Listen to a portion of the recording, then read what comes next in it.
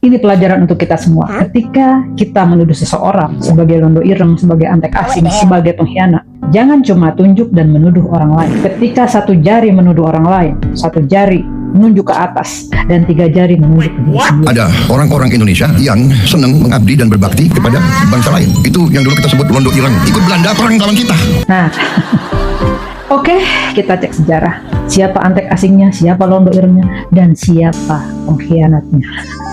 Jangan bisa menuduh orang lain tapi lupa kepada diri sendiri.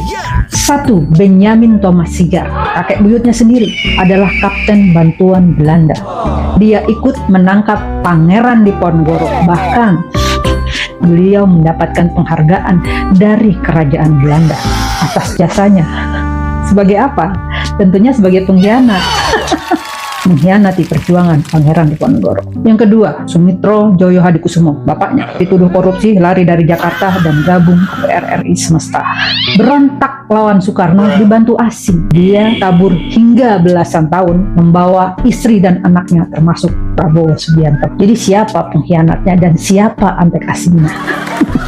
Yang ketiga, Hasim Joyo Hadikusumo, adiknya, bolak-balik 8 kali ke Washington DC untuk ketemu senator dan kongres AS. Tujuannya mastiin agar Amerika itu tidak benci sama Prabowo, karena pada saat itu Prabowo itu di blacklist hingga 20 tahun atas kasus pelanggaran HAM, dan bahkan dia membayar 660.000 US dollar kepada lobbyis Amerika. Yang keempat, Bandara Kertajati diserahkan kepada Amerika, jadi pangkalan servis pesawat militer Amerika. Siapa antek asingnya? Siapa yang memberikan? Dan satu lagi, Prabowo pernah diwawancarai Tempo di tahun 2013.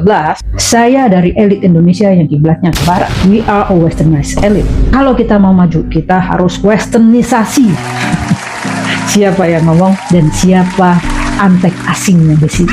Ini data dan fakta sejarah ya. Emak membaca fakta. Dan hey, buat kalian yang masih komen bahwa emak ini adalah termul yang ingin menyerang Prabowo dan ingin menjatuhkan Prabowo, ingat ya.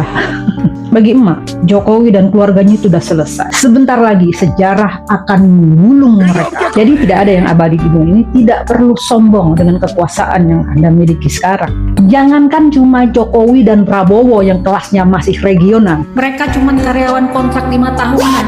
Tidak ada sejarah yang menceritakan bahwa kesombongan itu akan menang. Fir'aun aja bisa dilibas, ditenggelamkan. Bagaimana menurut kalian? Komen di bawah.